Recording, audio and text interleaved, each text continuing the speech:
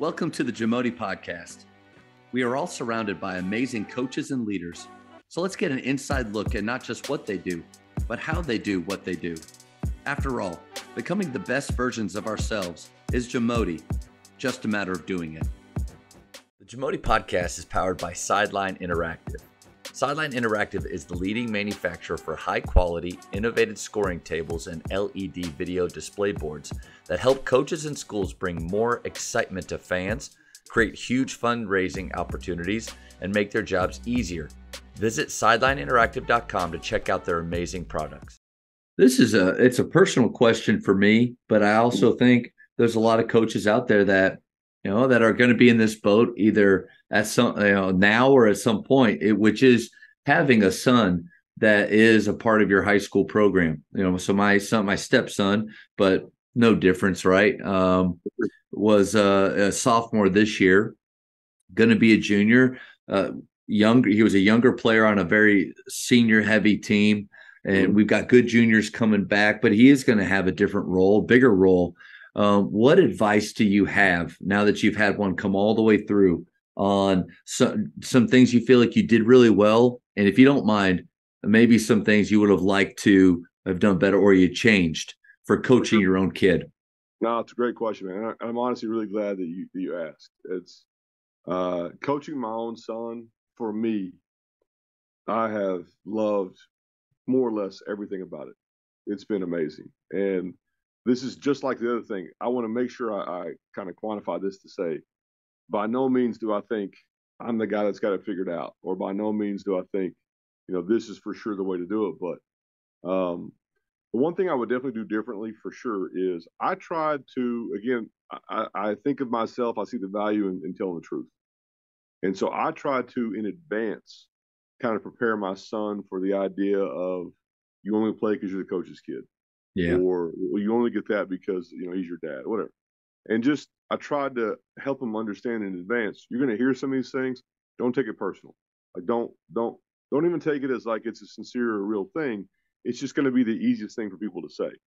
And because it's the easiest thing for people, you're going to hear it, right? And so I just wanted him to be aware you're going to hear it.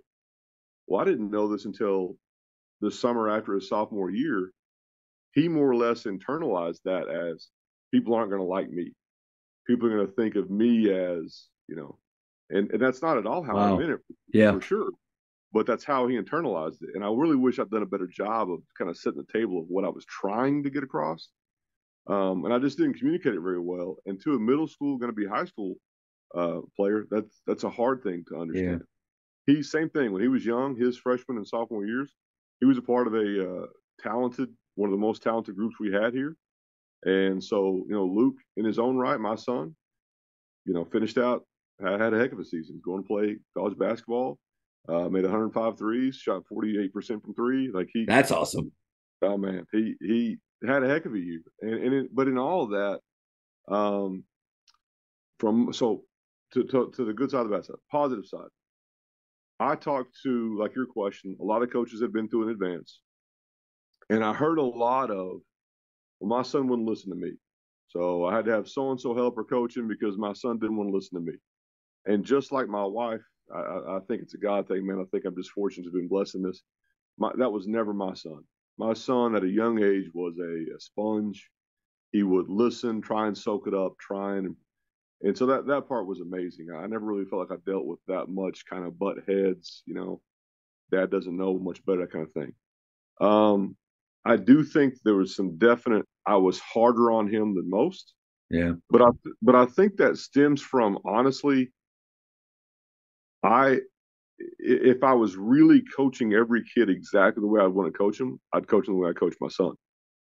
And I think that I knew my intent was you're going to have to be able to manage things that are difficult and situations that are difficult and process things that you don't like the way that it sounds. And I could lean on years of a relationship and hopefully the love that he knows that, that's never going to go away.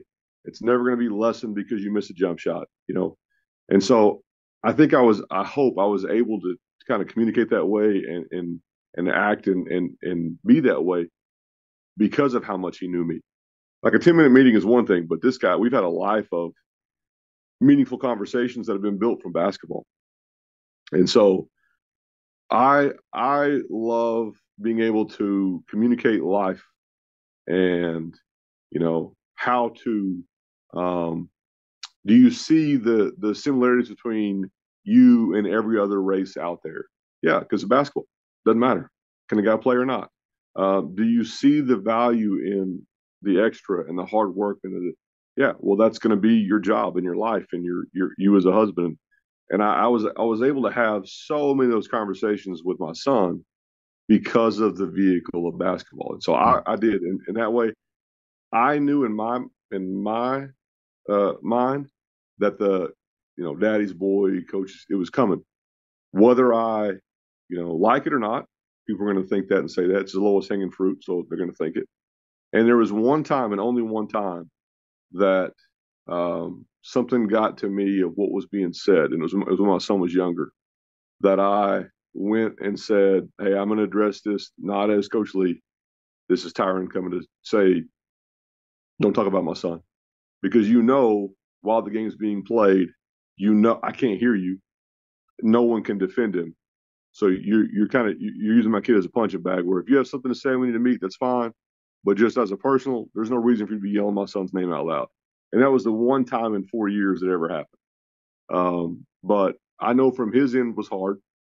There are times where when you are the coach's son, a player could be mad at me or frustrated with me, take it out on him. Yeah. Because he's the easier, more accessible person to get mad at. So I definitely, it's funny, when the season ended this year of his senior season, I definitely felt the weight of how this is not fun. You can feel the end of it for sure. But I'll be honest, the gratitude for the moments of what we've had, how much I've gotten to coach and be around him, and how much I've enjoyed him being around, far outweighs how sad I was about it. But it's because I had the mindset of how I was going to handle it, regardless of what anyone else thought. I just anticipated and expected other parents would think he's being favored, but they didn't know what I knew. The first day of his freshman year, he got the worst practice gear we had. He got the worst. Like, he had to earn everything. He had the worst version of practice gear. He got stuck in the locker nobody wanted. Like that. That's how I treated him, but that was on purpose. I didn't want him as my son or a player to feel like he got anything because I was his dad. Yeah. How it was perceived, you can't control a lot of that. But I wanted him to know in his own mind as a player, you start for us because you can do X, Y, and Z. I mean, and where it really started to pay off for him was, thankfully, he had other coaches from the college level that would come talk to him and say, "Hey, we want you to come play here. We would love for that." Well, they don't care who I am or what, I'm your dad. That's because of what you've done and what.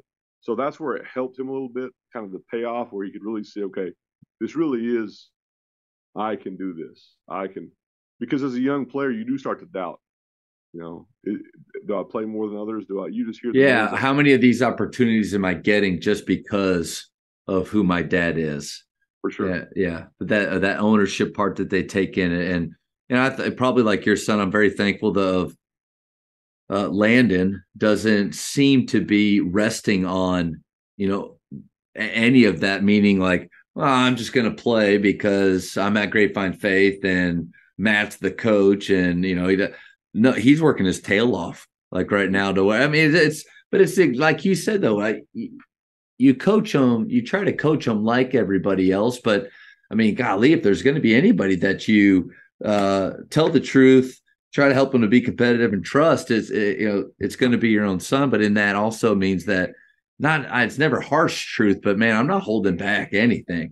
Like I know what you do at home. I know how much time you spend doing this and that. And so there is that higher level of maybe not expectations. I don't want to seem like I'm holding him to another standard that I wouldn't hold anybody else, but it is unique. Well, it is. And I think that, just like I understand and respect people when they say tough love, I understand what you're saying. I don't think there's such thing. I think it's just love. I think that in the same way and I don't mean to agree with this either, but like, I don't think that leading by example, I don't think that's a thing. I think leading by example, you're doing what you're supposed to do. That's what that is. Leadership is influencing other people. So if you lead by example, you're just doing what you're supposed to do. Anyway, whatever. Well, real quick, Dick DeVenzio, founder of PGC, had a story. He had a mom come up to him and she said, my son's a really good leader. He's just quiet. He's just quiet. He doesn't say a lot. She's shy. And he looked at her and a big eye and he said, well, ma'am, your son's a horrible leader then. It's just total, because it is. It's not leading by example. That's just doing what you're supposed to do. If you don't do that, you're not going to be on the team. You're not going to be a part of it. But you're never going to play. Yeah. But I think that the tough love part of that, it's more of, I want him to know, but I've always wanted him and even my players to know, when I praise you, which I hope is often, it's genuine praise. I'm not checking a checklist that I have to give 10 praises or 10 put-ups today. I'm finding things that I see and recognize that you've done an amazing job in. And when I tell you that is awesome, I want you to feel that that's a sincere thing that coach really believes in. Yeah. So kind of the same thing. And to my own son, if the year, and it's also been big to me too. I should steal Coach Peeler's sign, but I've never had that. But people are amazed because they'll always ask my son at school, it was, what's on the practice plan, or what does your dad think about this? And Luke's always like, I don't know. Because we would come home and we would never talk basketball.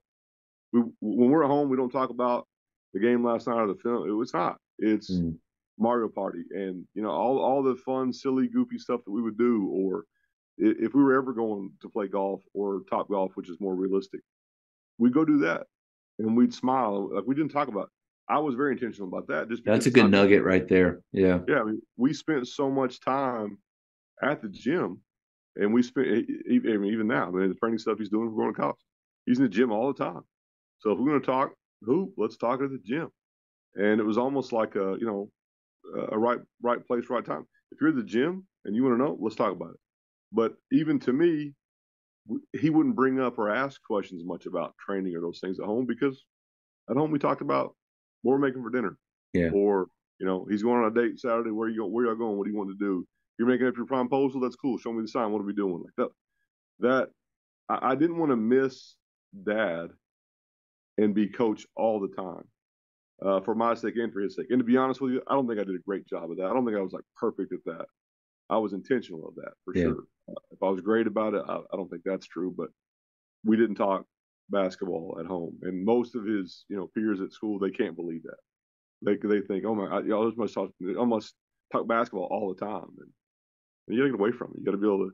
I want him to one day understand that I'm not your coach, I'm your dad.